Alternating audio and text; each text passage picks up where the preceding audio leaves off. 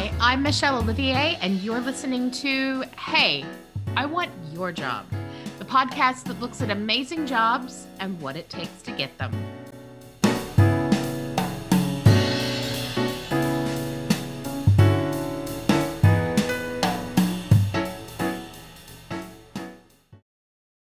Welcome to Hey, I Want Your Job. And today I have the lovely Jessica Barclay, who we've already been having a great time. Sorry you guys weren't invited to the pre-game party, but she is amazing. I do not want your job even a little bit, Jessica. I have a lot of trauma surrounding your job, which we will talk about in a moment, but I am so glad that you have your job. And I feel like more people need a you and your job in their life. So Jessica, what is your job title? Hello. So my official job title is I'm a lifestyle and organization coach. Although I feel like there should be mentor on the end as well, because it's not like with life coaching, you're not meant to give people the answers. And I very much do give a lot of answers with my work. And there's a whole debate and argument just in the title of coach and mentor, isn't there? But I just I love organizing. I'm Monica. I'm very Monica. And I I have vacuum for fun. it's my fun, it's my happy place. I started my first career was a wedding and event coordinator. But the lifestyle of it just didn't fit. I had my first husband. That sounds terrible. I haven't had a second husband, but I'm not married anymore. But my first husband had 3 kids, 2 which lived with us full time. And once we were together, being a wedding and event coordinator, I mean, I used to run like 60 weddings a year. So clearly very organized from that point of view. What was a baptism of fire, had to sort of jump in. I think my first venue show round, I didn't know what a wedding breakfast was, which is in the UK what we call the meal that you have after the wedding. So yeah, baptism of Which, fire. by the way, is very confusing for Americans in the UK. We're like, "Are you coming to the wedding breakfast?" I'm like, "No, we're leaving after the reception." Yeah. And they're like, I feel like we just And it's never at breakfast time. No one no, has it the is wedding the meal after the wedding. It's very, very confusing. Like, I feel like, yes, a breakfast is clearly breakfast. Yeah, And yeah. Brits aren't even like down for breakfast for dinner. Like that is it's not like, people are like, oh, we're gonna have a fry up for tea. Like that's not a thing. So it's not even like you would have breakfast for dinner. It's all anyway. But yes, It's so you were that, all and now completely. you have moved into helping people organize their lives and universe, etc. Oh wait, there was more in between. Oh, I'm so sorry. Carry Oh, on. I'm such so my friends will very easily call me a cat of 9 lives, and I'll suddenly go off on like another story of this thing, and they were like, "Was this in a past life? How did you fit that in?" But I went from because it didn't fit with work. So I worked for some venues, and then I went freelance and worked for myself. So I've basically worked for myself since I was in my early 20s. And even before that, when I worked for a venue, as long as I was making enough money that they were like, they just left me to it. And I think that's the only reason I managed to survive working for someone else. I'm not a person that can work for other businesses. It just does not go well at all. Can't do it. Natural entrepreneur, solopreneur, whatever you want to call me, but I can't work for other people. Um, and I went from that into setting up my own bed and breakfasts. So I converted the house that I had into a guest house. I lived down in Cornwall, a really popular area. That went really well. Sold that, bought a bigger one that my solicitor dealing with the purchase did say, this is not a viable business. To which I responded, I just need the plumbing, because with the first building, I'd had to put new plumbing in to bathrooms that didn't exist. And I just did not want to do that again. That was horrid. So I was like, I just need the plumbing.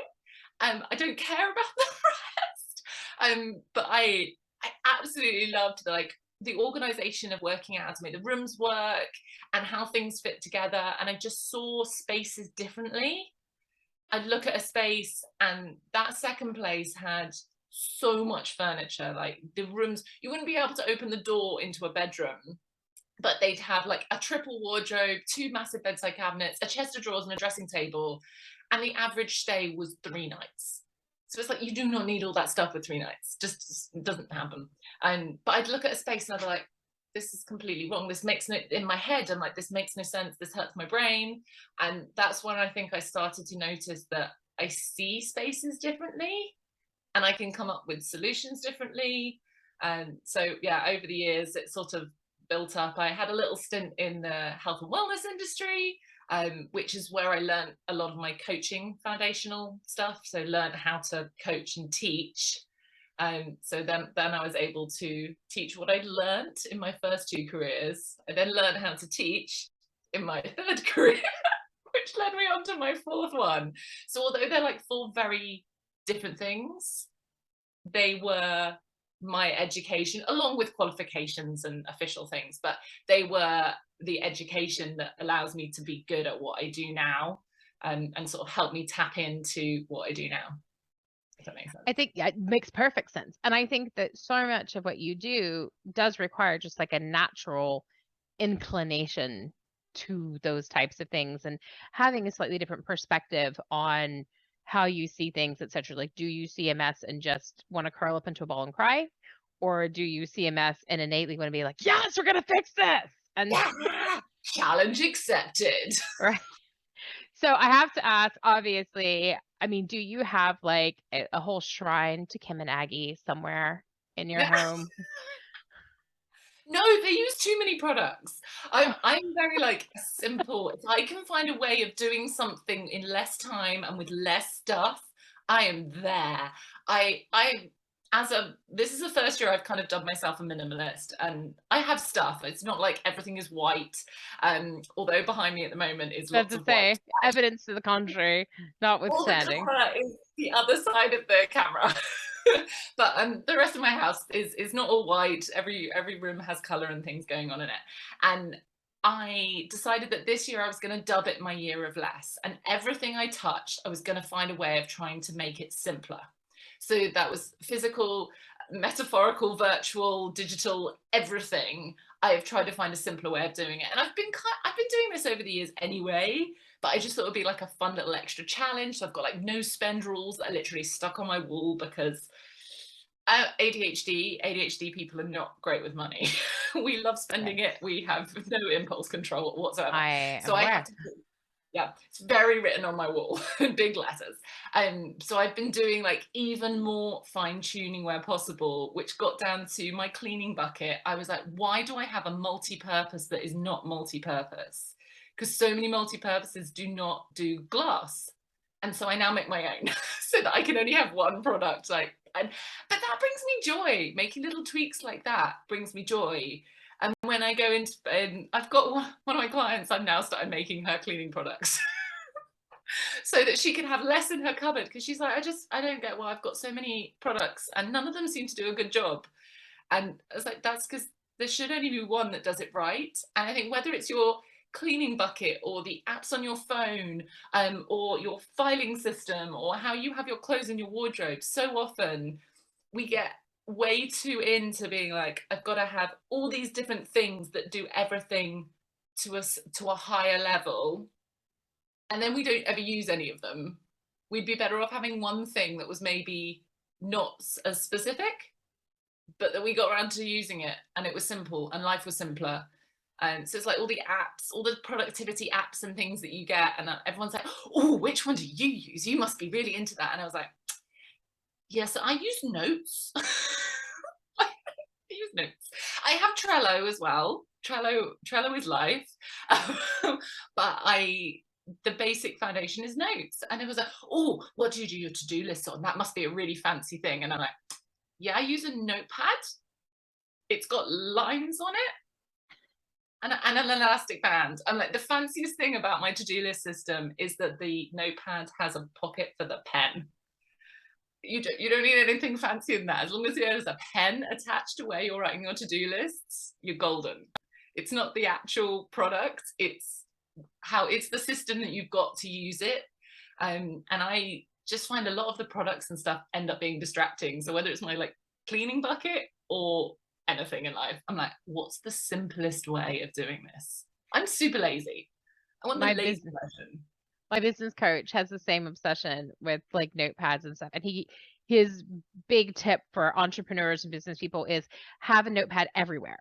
Like have one at your desk, have one that you keep for business things and one that you keep for personal things. Have them in your car, have them in your like in your kid's diaper bag, like whatever it is that you're doing, have a notepad there. He was like, because shit is going to come into your head, and the physical act of writing as opposed to typing in your phone actually makes you remember it more. A, and then B, you're more likely to then act on it. And it's very good advice that I have still not taken, but I am aware that that is his advice. So far, I haven't missed any of that. But I am intrigued at the fact that you help, like this is your whole job, is helping people be more organized, etc. So full disclosure, I am the child of hoarders. And like not in that, oh, isn't that funny, but like in like the television show, like, oh my God, like people have children in this space, like hoarding. And so as a result, my house has no stuff. Like my kids each have a small bucket and they are allowed to fill that with toys, and everything else is donated. And we do not have knickknacks or tchotchkes, like none of that. I have a one in and one out policy for clothing. We do not bring junk mail into the house. It's not allowed out of the garage because that's where the recycling bin is. Like I am super Nazi about it. And it drives my friends and family, people who love me, crazy because people like to give gifts. Oh, so Everybody's always like, oh, what can I give you? You can nothing. give me the gift of respecting my wishes of not giving me anything. Exactly. And space. So I've just like there's empty space, and that is space that needs to be filled.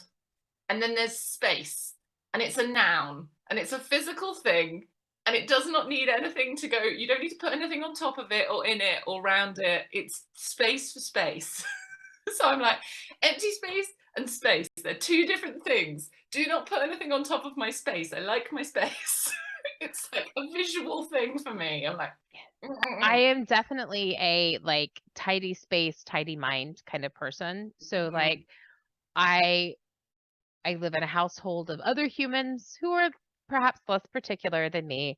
And it's a ongoing thing that I'll like walk in and everybody will have like put their handbag down on the kitchen counter, and like there'll be something that the kids were playing with and like laundry that didn't quite make it to be put away. And I'll be like, okay, I can't now. I can't. All of this is too much. I'm going to need everybody to stop what you're doing and deal with your shit and get it out of my space. But mom, no. Everybody up, put it away because it is stressing me out, and your laziness is not going to impact my mental health. That's where we're at. So like that is very much who I am. I know that if my parents were here to hear me say I'm the child of hoarders, they'd be like, wow, but we're, yes, they are. Well, one of them is dead, so he's not anything. But my mom was definitely a hoarder. They never, as a kid, like, they would never be self-aware now. They certainly wouldn't have been self-aware when I was younger. How do you get people to recognize that they need your help? And then how do you handle like those first meetings? Because I would think that there's a bit of a like, oh crap, you live like this moment. Like even if you like a challenge, like Yeah. there's an upper limit. You know what I mean? So how do you handle those two things in particular? So I think I'm lucky in the fact that by the time a lot of people come to me, they've already realized that they want something different. They might not necessarily know why. So they might come to me for digital organization, and then actually we get talking and we realize the problem is at least starting somewhere else. And it's normally a representation of something else, some other issue. So they're normally aware, there's normally a certain amount of awareness there. But one of the things I do try and talk about, so like my online membership is called the Happy Lifestyle Club, because a lot of people, they realize they want to be happier and they're not quite sure how to go about it. And while there are loads of different aspects, I'm not saying you declutter and you're instantly happier.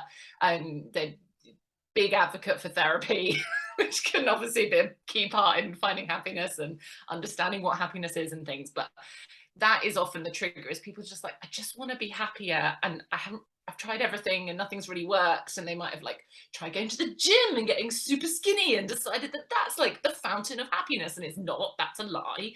It's very rare that that's the fountain of happiness for many people. So they're looking for something. It might not necessarily know that it's decluttering and being more organized. And a big part of getting organized is understanding what you love and what you want physically around you, but in your calendar, what do you want to be doing with your time as well? And that obviously you want to be doing things that make you happy.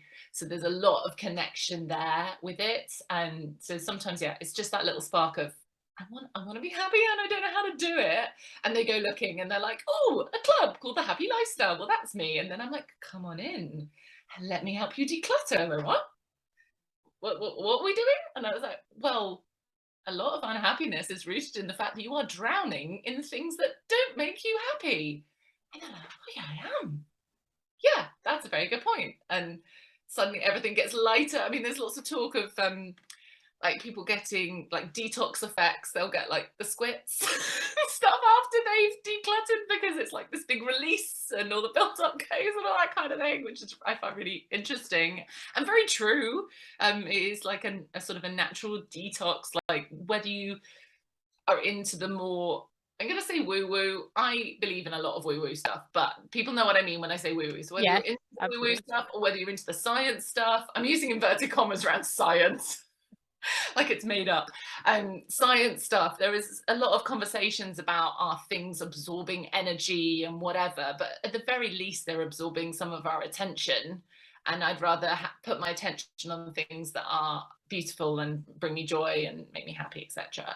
And This so is I'm all very very Marie Kondo. Like, is that, do you do that? The like, I hold the sweater. I think, did this sweater bring me joy? No, it does not. I thank the sweater for its service. And then I put it in, like, do you actually go through that process like she talks about? Or is there's that a little too far? That's way too far down the woo-woo track for me. I'm not gonna lie. Like, there's a little bit of that in there, but I like to come at it from also a more practical sense, because quite often when people have got to the point of needing me, they have lost themselves completely.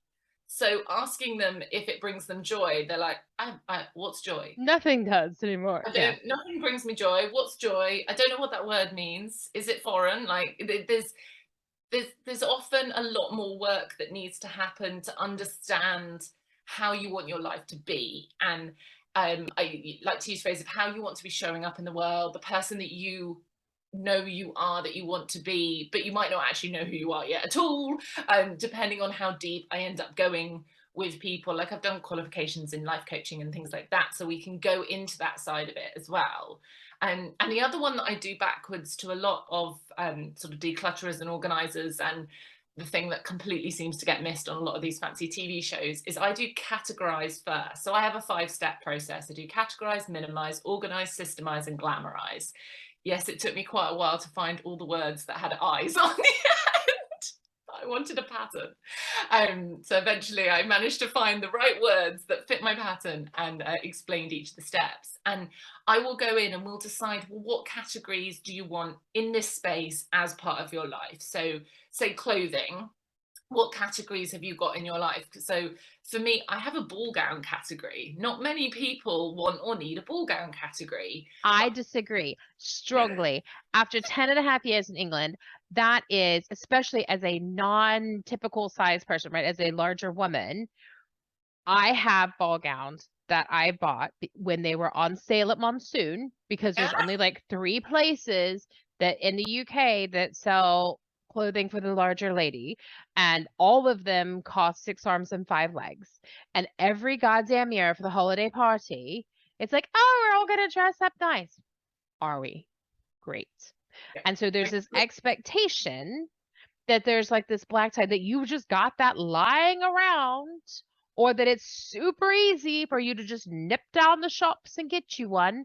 And so I called BS on the whole thing, and I had like 3 or 4 of them, and I would just wear them, and I wore them every year during the holiday season, like, oh, isn't that a lovely bright color? Yes, because I bought it in the summer sale, and I don't care. It is I officially dress code, and we're good. I have a vintage Monsoon evening gown. I absolutely love it. It's fitted me at so many different shapes and sizes. I've worn it at not quite my slimmest, but I worn it nearly at my slimmest up to pregnancy. Like, it's a magical dress and I love it. And I just put like a little vintage brooch on it here. And everyone's always like, oh, that's amazing. And it was like a fiver in a charity shop at Vintage Monte. Absolutely, it's beautiful. I love it. But yeah, I used to So do yeah, I pageants. think that actually it's a very reasonable thing to have a category for. My If you first have ball, anybody in your life that has like an office job, right? Like you're gonna wind up going to those events. something like that. Living in Yeah. we love a black tie event in London, but it did. I mean, it massively paid off.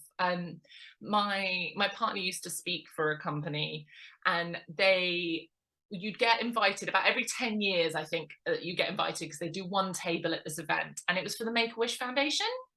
And it was their big London event, and it was pretty spectacular. I mean, one of the auction prizes went for like £32,000. I did not bid on it, funnily enough. But it's like this level, and it's at the Dorchester, which is incredible, Oh and yeah. it's just the most amazing thing. Like there'd be one or two celebrities performing throughout the night and things. So you get invited about once every 10 years in rotation, and conveniently, I met my partner and was going out with him by the time he got invited, so we got to go. And then the next year, two people pulled out last minute and they went, who do we know that will have a ball gown that they can just use at last minute? And they were like, well, Jessica? yeah, Jess and Harry will. He definitely has a tux and she will have a ball gown. So we got to go twice. We got to go 2 years in a row, which is amazing. And we got to see oh crikey, they were really famous, but Madhouse, which yeah, loads Yeah. of people were jealous of, and they weren't even meant to be there. They realized it was the Make-A-Wish ball, and they phoned up and said, look, we haven't got a gig tonight and we're in London, would you like us to come? So the celebrity performer got not bumped, we got both of them that year. And so it pays to have a ball gown. Okay, simple game. Okay, so we have categories for clothing that we have totally scrolled out here. So we have to organize our conversation, Jessica. So when you're helping people, you have different categories for everything. So different categories for the clothing that they Yeah. want to have, presumably for things like dishes or books or like literally anything that one might have around one's home. So we do categories before we minimize. Sure.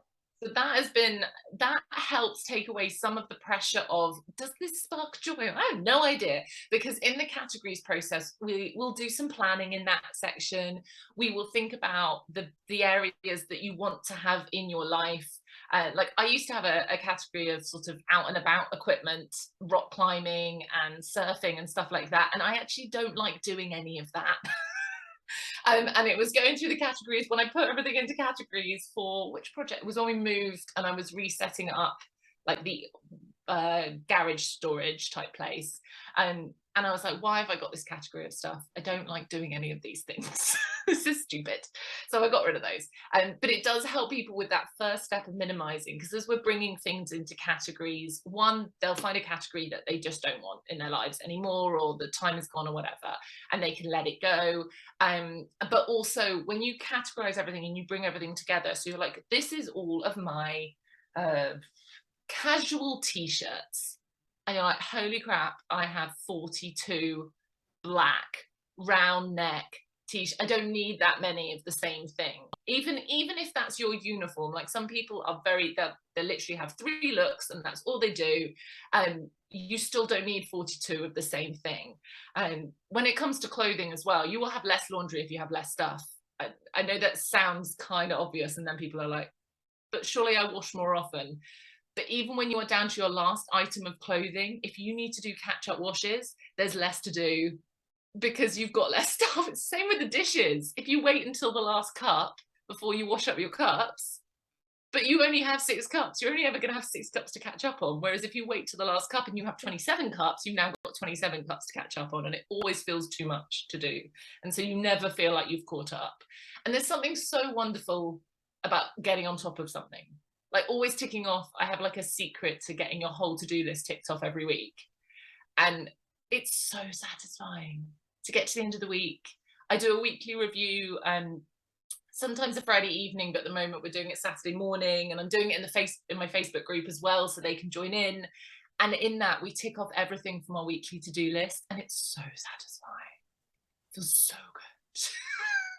Don't need a spa day. I just need to tick everything off on my to-do list and we'll all be happy. And it just, whatever that I can do in my life that means I get more moments like that. And it's whatever I can do with my clients that means they get more moments like that, because more moments like that lead to more motivation, to keep moving forward, and you don't feel like you're drowning. And I do find that is a fairly common theme with clients, is that they feel like they're drowning and they don't even necessarily know that's what they're feeling until I put that word to it. And they'll be like, I just feel with my stuff and with what's going on. And I'm like, you feel like you're drowning? And they're like, that's it. That's it. It's that feeling of water coming into my lungs and suffocation, and I just can't breathe. But once they realize that that's what's happening, they can be like, oh, okay, so I need a life raft. And you should imagine, if you didn't realize you're drowning, you're not going to reach for help. But once you sort of make that, and it's such tiny, I find that with coaching, that tiny little twist that makes someone look at something differently is the start of the new path and things I think moving forward. yeah, I think that's really fair. I guess, like I said, to my mind, I know that there's a really long journey for people to get to the, why isn't my stuff where I want it to be in the first place, let alone to then notice that, like, they are fully drowning. And so I think that's really interesting. And I didn't know if you get contacted by, like, rather than the person, by, like, their relative and being like, hey, I need you to fix my mom, or like, hey, I need you to fix my nan, or who, my partner or my kid or whatever. And I didn't know if you get a lot of that contact, or if it is always the actual person themselves who's like, okay, hands up, I need help, and I'm calling for assistance. I normally get the people coming to me. Sometimes they've been prompted in the direction of help. They've said they need help, but they again didn't know what it was. So they've been like, well, maybe you get a decluttering coach to come and help you just get on top of it. Or they're downsizing. I get sort of estate agents might refer, and or I'll pass my card if people say, oh, I've got a sibling or a family member that really could do with your help, and I'll pass my card on, and then it's up to them. Because I think if they're pushed into it, there will always be this friction to helping them move forward, and they will always feel like you've been put upon them, as opposed to they've asked for it and they're accepting of it coming in. And so I kind of not shy away, but I prefer to be like, well, here's my card. You talk to them, you give it to them, you plant the seed. It can even be like, oh, I just got chatting to this person at the nail bar, and they're an organization coach. And I was just like, oh, that would be so cool to have someone come in and just like make my house so organized. And oh, I got 2 cards. Would you like one? Like, like plant that seed that the thing exists. Hmm. But if they are completely unaware, I mean, there are declutter coaches that specialize in like extreme Yes. hoarder, and Yes. I don't do that. I do feel like you need a therapist degree with Yeah. some of the levels of things, and there needs to be a certain amount of, I know I need it. So my sister and I are raised by the same parents, and she is the cheapest person you will ever meet in the nicest possible way. Love my sister. But she does not like spending anything. So, if she's bought something, she has properly researched it, and it is worth the money. But she's also a hoarder. So she doesn't like spending, but she hoards. Whereas I'm minimalist and I love spending. I'm trying to get better at that. It's one of my things I'm working on. And I love shopping, which is really funny. Same parents, different mentality to stuff, different mentality to spending.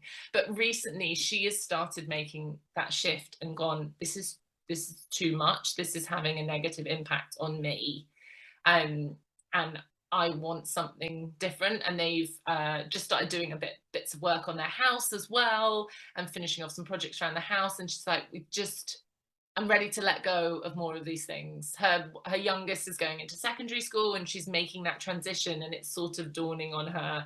And that's somebody who's got a declutter coach as a sister that still has taken that time to come round. But had I pushed it on my sister, and I've always made it like aware that when she wants help, I will be there and I will help her. And I'd love to help her. but that she needs to be ready and just Yeah. shout when she's ready. And we even had an agreement for a while. She's like, I understand if you can't stay overnight in my house. And I was like, that's fine. I did for the first time in ages a couple of weekends ago, because things are a lot more calmer in her house now, that I was able to stay the night. That sounds really bad. No, it doesn't. Like, I know. So because again, I grew up in that environment, I'm very sensitive to it.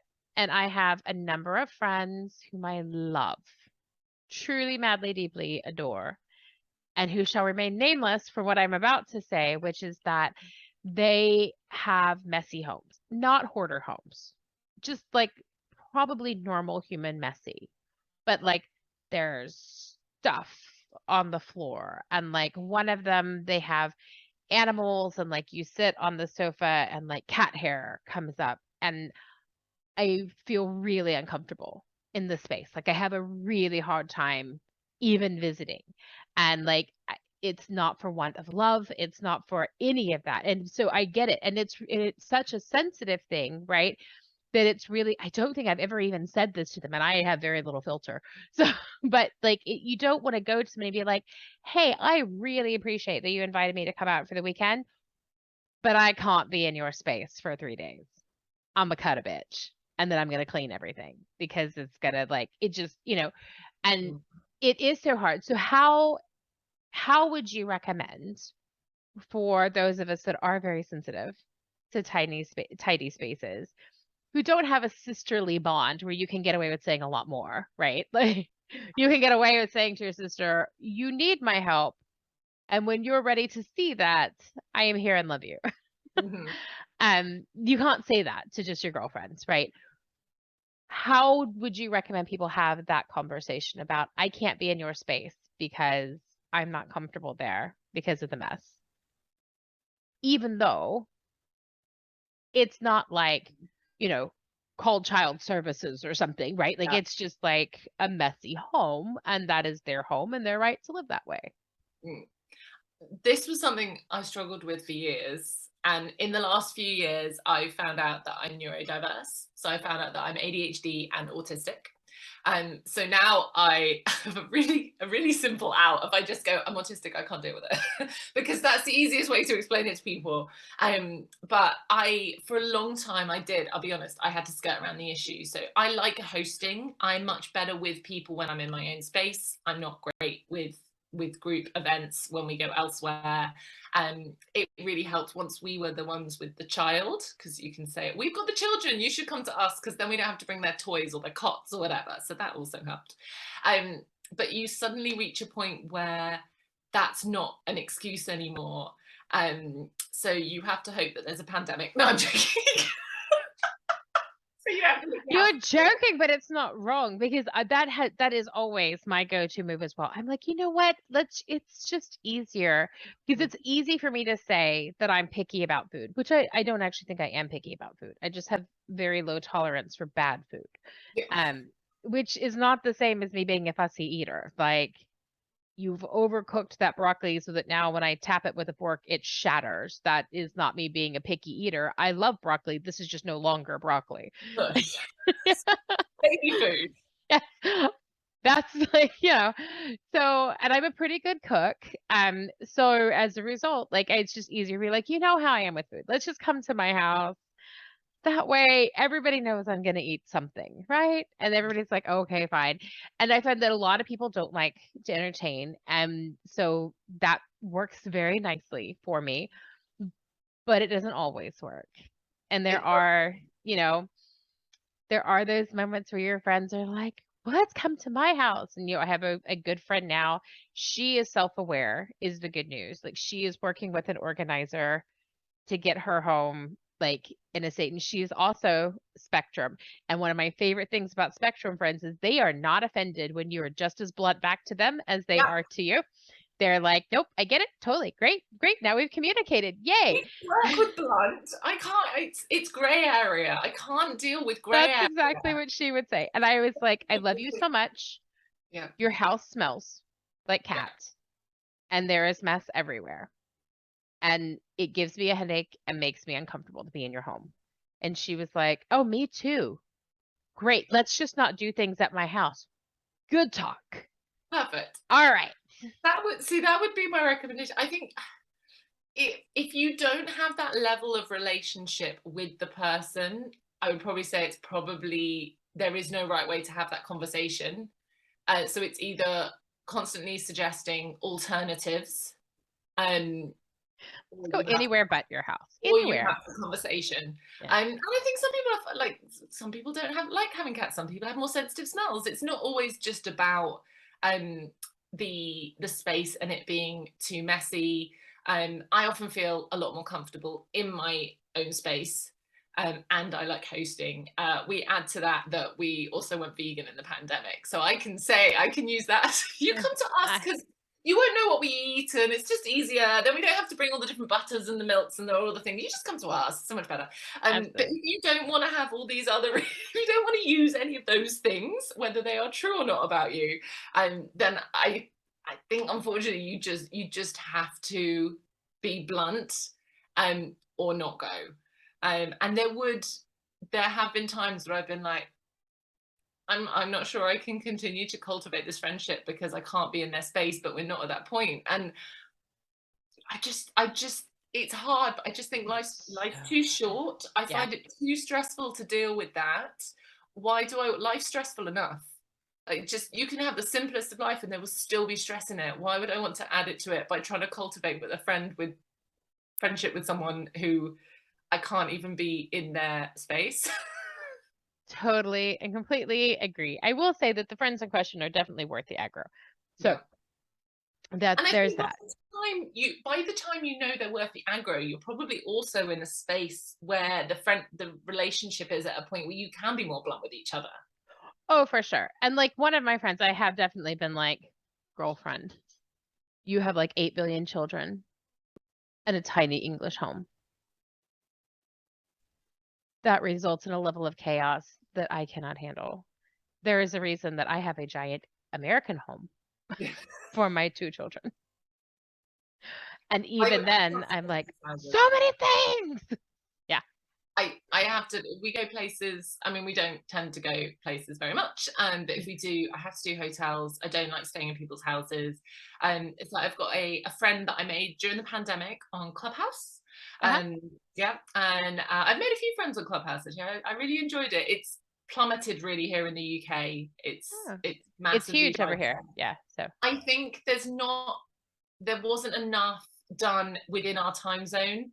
They stopped mm, marketing and things here, and so the rooms that I'd be interested in are never on at times that are appropriate here in the UK, which is a real shame because yeah, I loved the format of it. I loved just plugging my headphones in and going for walks and having these amazing conversations. I met some brilliant friends on there.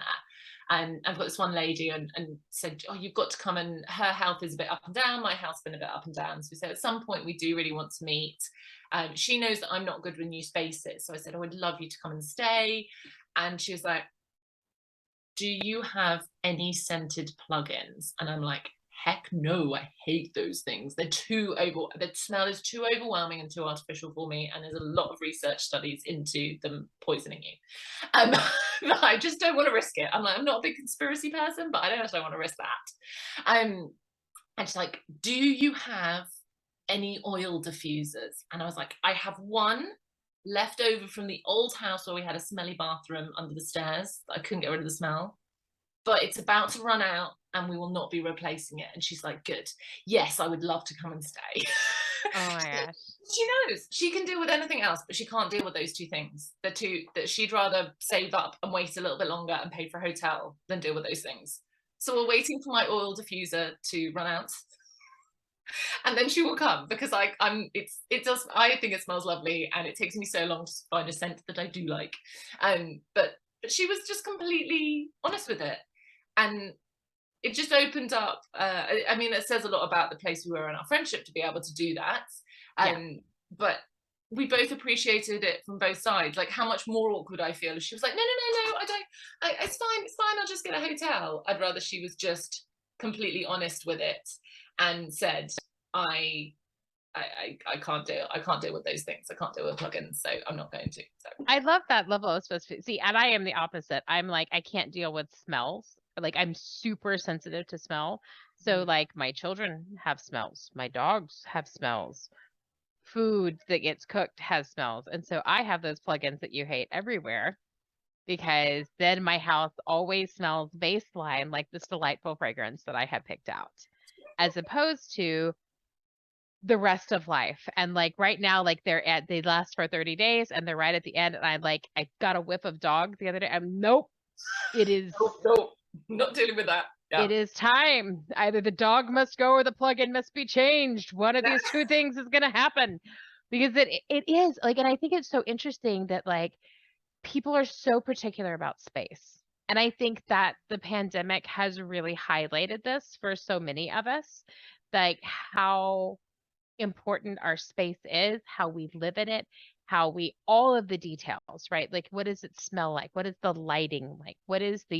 What types of colors do you use Mhm. and where do you use them? So, like, I love duvets that are like super brightly colored, like, this kind of a fabric or print. I'm like, that looks fantastic. I cannot have that in my room. My room is all of the colors of a storm, right? So it's grays and like smoky blues and like dark colors. And my husband was like, could we not like a little bit? I mean, no, there will be no bright color.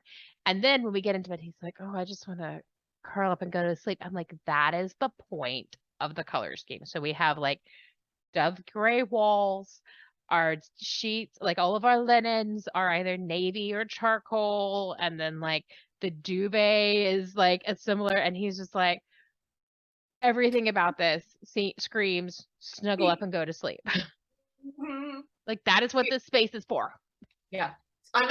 That's I think one of the most beneficial spaces to tidy and organize is your bedroom, because if you get better sleep, everything gets better. Yeah. Sleep is like the foundation. I love sleep. I've had 2 naps today. Now Sleep, I'm really jealous. and it's 8:30. It's 8:30.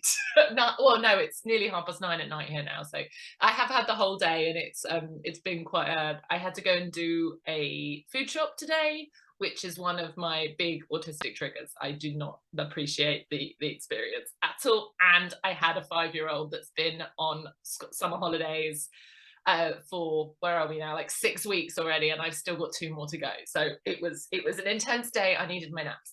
um No and it was judgment, like, no, I will work at the just weekend. envy. I had a load of work that was meant to happen. I'm working on a planner, a collaboration planner with someone, and I had loads of stuff that I've got to get in next week to go to publishers. And no, I will work at the weekend. I needed my naps. But it was I've now completely lost my train of thought. I needed my naps. Oh, sleep, yeah. So with sleep, everything gets better. So if you're going to do one thing to improve like your health or well-being or whatever, it's sleep better. Everyone's like, I'm going to start going to the gym, or I'm going to start eating better, or I'm going to start drinking better. I was like, those 3 things are much harder than improving your sleep. Go for the easy one that is also going to have the better impact, sleep. Low hanging fruit. And Well, and I think to that point, it's what's really interesting. So I was diagnosed with fibromyalgia a few years ago. And when I got diagnosed, I was talking to my GP and I was like, great, this sucks. It hurts. Ow. What are we going to do about it? And he was like, well, step one, we're going to do a sleep study. I was like, I can't wait. 8 hours of sleep sounds fantastic. And he was like, when was the last time you had 8 hours? I was like, my dude, I have 2 small children. I can't even spell 8 hours of sleep, let alone do it. And he was like, tell me more. And so I figured out that I was having no more than 2 to 3 hours of contiguous sleep. So I would sleep for like 2 hours and then get woken up and then deal with babies or dogs or what have you, mostly babies. The dogs mostly sleep through the night. Sometimes they fart in their sleep and that wakes everybody up. But like in general, like they're just sleeping dogs. But the children, like they have nightmares and, pee and need things, right? So at most I was getting like 2 hours of contiguous sleep through that. And he was like, right, here's what I need to have happen. He was like, I need you to have 2 weeks straight where you get a minimum of 6 hours a night of contiguous sleep. And then we can start doing some benchmarking. And he's like, because until you're there, you are so sleep deprived that any other symptom you could possibly have would just be explained by being that sleep deprived. Yeah. And I was like, that was a That- very unhelpful answer, Dr. Lewis. I would like a pill or a diet change or something very simple. So it is amazing though, like how the point of all that story was to say like how important sleep is and how much of a change it can be. And I think that people don't notice how much little things in their environment really impact that, right? So like having your phone near the bed. We know there's all kinds of studies that like Our bringing your phones do phone not, into yeah, your they do room. not live in bedrooms. Phones, so my phone goes to bed in my office, which is on our same floor as our bedroom now. It used to be on a different floor, and I'd have to like walk up more stairs, which is just so much effort. My partner's phone goes to sleep in the kitchen. But it is at the point where if people phone his continuously and the vibration is continuous, it will wake him up. So if it's an emergency, people can get up because we don't have a landline or anything to ring. Right? Um, Because it's 2022 and so people don't. Sure. no, we just don't have that. So mine, anyone that would need to contact us in emergency has my partner's number. His is on vibrate, so if it vibrates continuously, we will hear it through the floor. Mine goes to sleep in my bedroom. The only electronic thing, we don't have a TV or anything in there. The only thing we do have is the alarm clock, and we have a sunrise alarm clock that doesn't beep.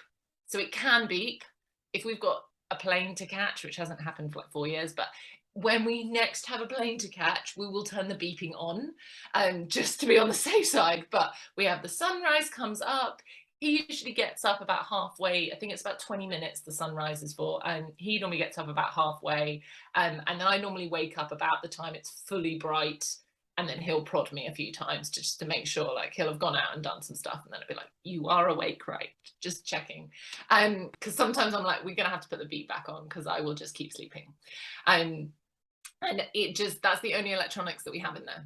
And even that little time on there, sometimes I'm like, oh, I just want to stick some tape over it. Like I really don't want to deal with that even. But if you do have a TV, like put tape over like the little light or turn it off at the wall so there's no little lights. Find bedrooms for your phones. Their phones do not want them in there. If your phone is your alarm clock, go on Amazon right now, or any other, obviously other retailers are available. But go on wherever and order another alarm clock. We do not be needing phones as alarm clocks. Because of course you pick it up and you turn the alarm off and then you do a load of other things as well. So it's not just that the phone has then been there as your alarm clock, it's the fact that it will then be the first thing you touch. I massively recommend the sunrise alarm clocks. They're so lovely. And I do find that if you've got a better way of waking up, you do sleep better. Like there's something, your body is already feeling the stress of your alarm clock. If it's in a stressful experience in the morning, you're going to bed and you're already going, I'm going to be waking up to this stressful thing. Have that sunrise is so lovely. But it See, we it's one of tried those. those and I had the opposite experience because I found that I was so stressed about would the sunrise alarm clock wake me up in time to catch my train that I would be like, "Oh god. Oh no, okay, it's 3 a.m. Fine, I can go back to sleep." Like I was super stressed about it. And Get so me like one. we used like a radio alarm and it was just like this slow build of Chris Moyles and that will get you out of bed as it turns out. Like that Something progressively louder Chris Moyles in the morning is definitely like a reason to get out of bed and hit a button. yeah. So Something like making your brain go, oh, there's something happening outside of me. I need to pay attention to that. What is that thing? Be it a sound growing, or be it the light coming up. yeah. I mean, I sleep with a sleep mask, but I'll take it off in my sleep. So I put it on to go to sleep. I seem to take it off in my sleep and it does wake me up. But we did, I think for about a year, we had the buzzer on. So we had the sunrise with the buzzer. And then we started getting rid of the buzzer at like the weekends, where if we woke up too late and didn't make it to church, it's like the world won't end, and God will forgive us, and or whatever it was we were doing. If there wasn't like an appointment with someone else, that we wouldn't, us being late would negatively impact someone, we started turning it off on those days, and then it slowly just became our norm. Like I said, if there's something like I'm in a wedding, got a plane to catch, anything like that, then we will put the buzzer on. But luckily so far, well, even when I sleep through things, my partner doesn't. So that kind of works out. You got to have a bit of a balance there. But the decluttering your room and feeling that improvement in your sleep will feel like such a win that it helps spur on the other ones. I think the same is true for kitchens. Like Mm, after bedrooms, I would say kitchen is like because you don't want to cook if it's a mess. yeah, And so then you eat shit and then you yeah, feel shit. And so the like easier your kitchen is to engage with, in my experience, the yeah. more likely I am to cook. Like if I walk in and I'm like, oh, step one, clean all the things. Oh, fuck it, DoorDash. Yeah. You know. Kitchens were one of my first decluttering projects that I worked on with clients, because I started doing it when so I used to have my own health and fitness studio in central London. It was lovely. I had the dream London commute. It was only an hour. And in the UK, I guess that's the equivalent of like 3 hours in America. But in the UK, an hour is like, whoa, that's a Yeah, big yeah, commute. yeah.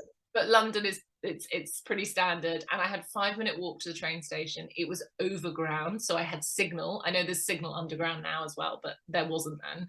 And then I had a 5 minute walk at the other end. Like I was living the commuting That dream. is such the freaking dream. I did an hour and a half each way with like a half a mile walk, and then I had to do train and then a bus and then a walk and like the whole, yeah, Oh, that was that that is was the the dream. dream. And I had the hideous one when I first moved to London. I had the hideous one, and I was requalifying, so I was doing a reception manager job, and then the manager of the whole business got fired by the owner, and she expected me to then just do everything, and I was like, probably not. I didn't last. I think I was there like 6 weeks, and it was the first time since I was 20 that I'd worked for someone else. And I did try and go back to work for someone else, and I kid you not, I cried every day. And it was a mixture of, I just hated it. I'd moved to London in the depths of winter from Cornwall, which is like countryside and beach and surfing and very chilled and running my own business. And got divorced and moved to London and had to deal with this horrendous commute of 5 in the morning. And then all these miserable as sin yogis, like this, the stereotypical yogis. And I'm not saying all yoga people are like this. Like I have some good friends that are yoga instructors and they're lovely, but they were the stereotypical psychotic yogis that seem to be members at this place. So dealing with them at stupid o'clock in the morning after a horrendous commute, I'm not surprised that I had to excuse myself once a shift to go and cry somewhere. Like it was just, no, it was too much. And so I was like, when I had this like overground commute, it was just wonderful. Anyway, that was a massive digress.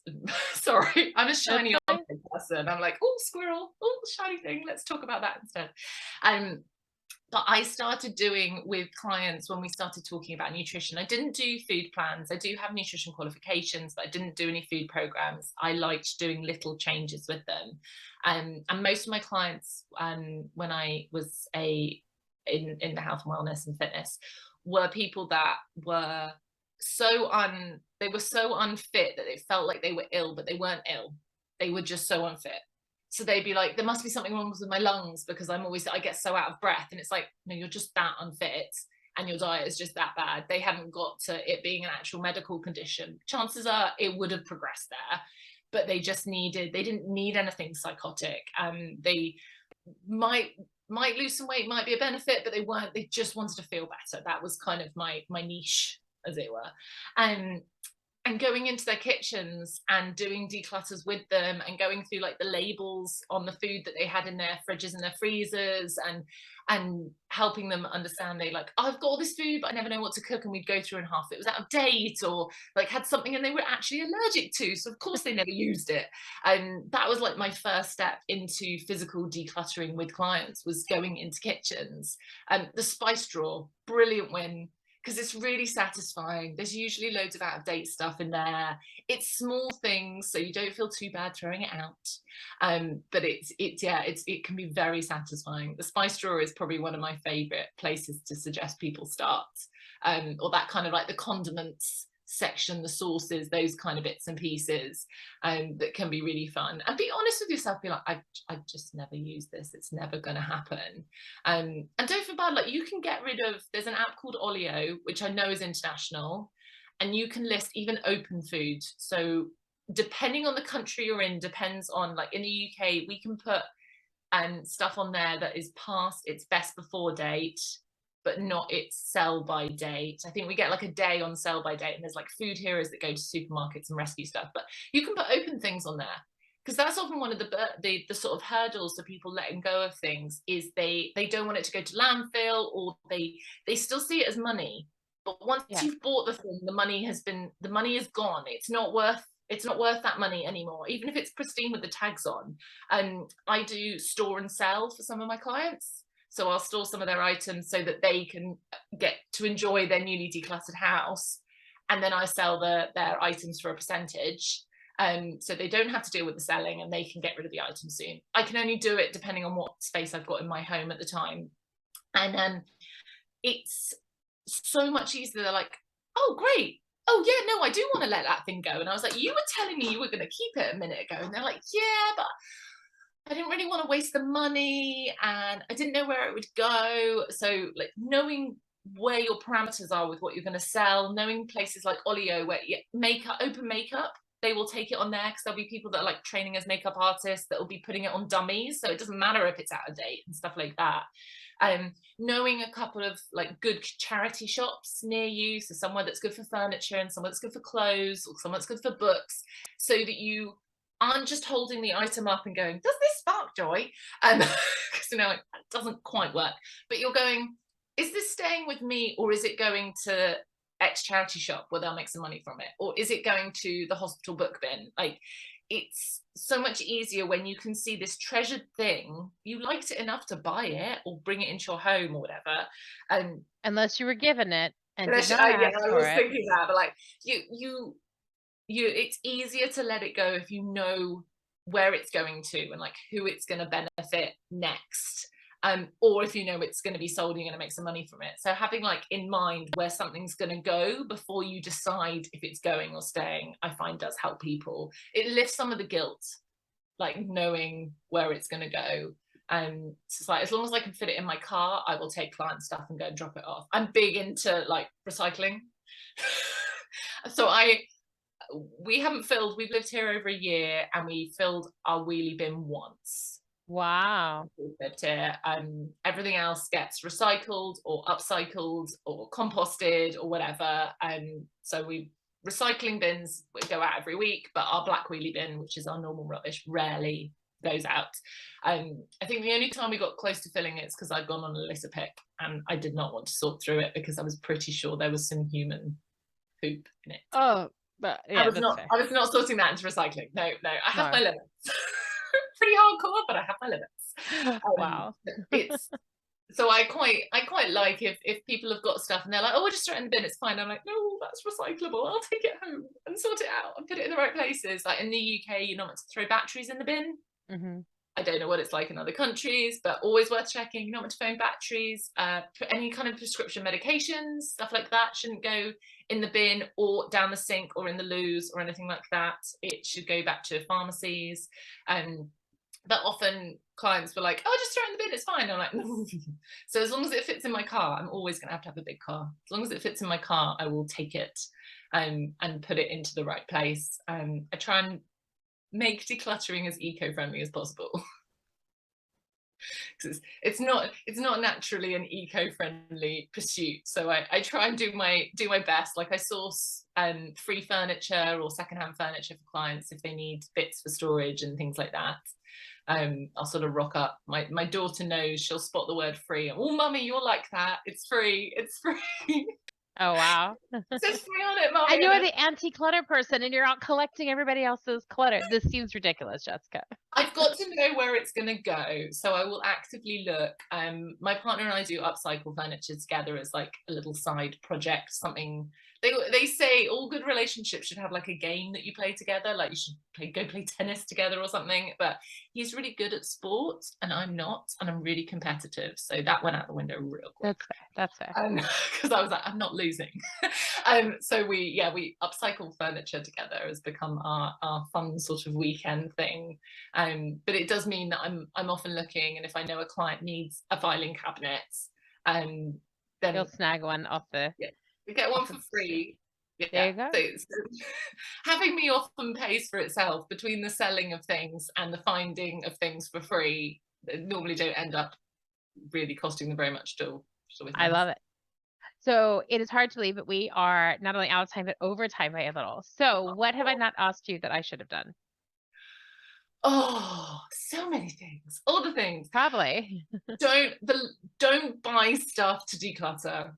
That would be my glamorized. It feels counterintuitive, really. Yeah. You are being sold the idea that the decluttering starts with the Container Store, which I really want to come to America to experience, but that is the last thing. Use the shoe boxes, use all the things that you've got with you. Don't underestimate the power of actually having a coach and a system to work with. I think with so many TV shows and YouTube channels and things, people think they can do it themselves, but it's a bit like therapy in the way that yes, you can do a certain amount yourself, but you will never really get to the root problems and make long lasting change and be able to keep the motivation going there. I'm your motivation, or whoever you work with becomes your motivation. And obviously, if you're not in the UK or near me, you can't work with me in person. I do have an online membership.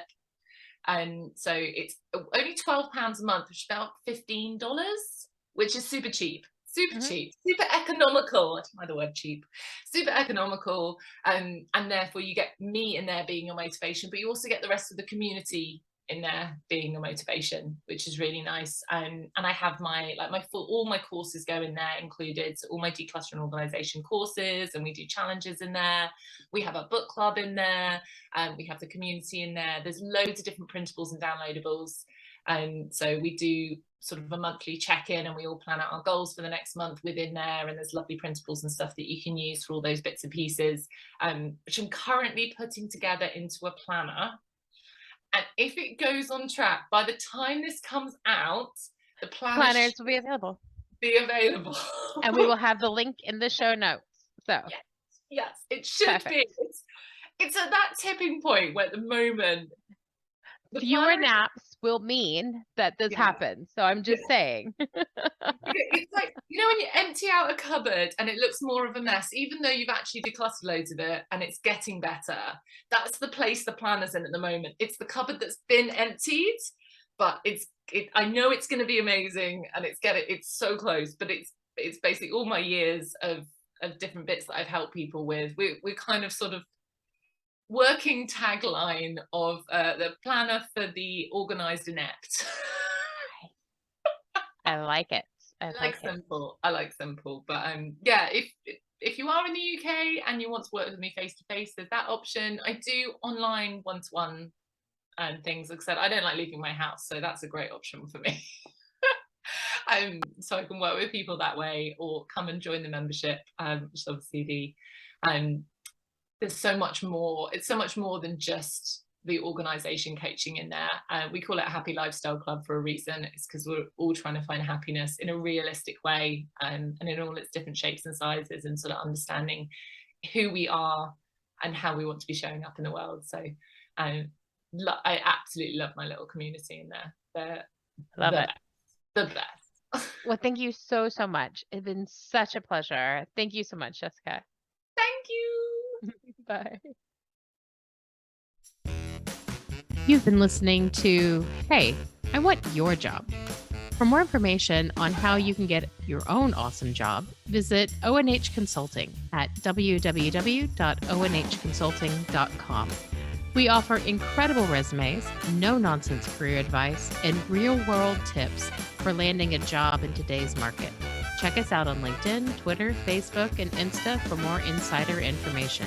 Soon, you'll be hearing us say, I'm Michele Olivier, and hey, I want your job.